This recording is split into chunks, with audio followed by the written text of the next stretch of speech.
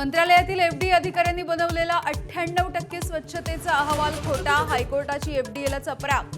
थेट परवाने रद्द केले तर मुंबईमधील अर्धी आस्थापनं बंद होतील। हायकोर्टानं खडसावलं।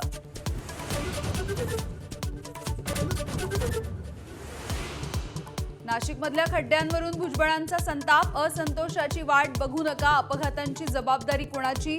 कुंभमेळा मंत्री गिरीश महाजन यांनी घेतली कोतकर कुटुंबीयांची भेट।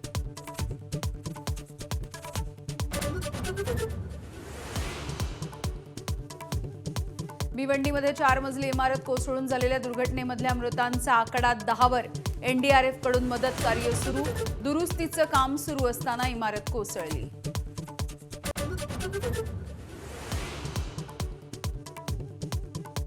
दिल्लीमधल्या आंदोलकांचे दगडावरच्या बोटांचे ठसे आधारशी लिंक होतील। उच्च आणि तंत्र शिक्षण मंत्री चंद्रकांत पाटील यांचा अजब दावा।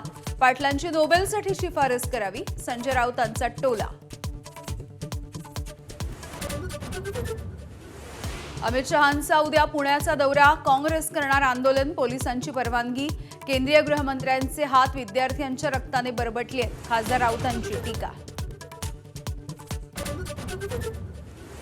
दिल्लीतल्या जंतर मंतरवरच्या विद्यार्थी आंदोलनामध्ये जखमी झालेल्या पोलिसांच्या कुटुंबियांनी मांडली कैफियत। आंदोलनामध्ये काही समाजकंटक घुसल्याचाही केला आरोप।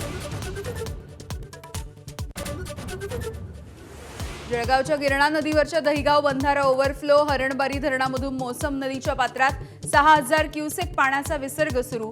तर नाशिकच्या नांदूर मधमेश्वर धरणामधून 39,917 क्युसेक वेगानं पाण्याचा विसर्ग।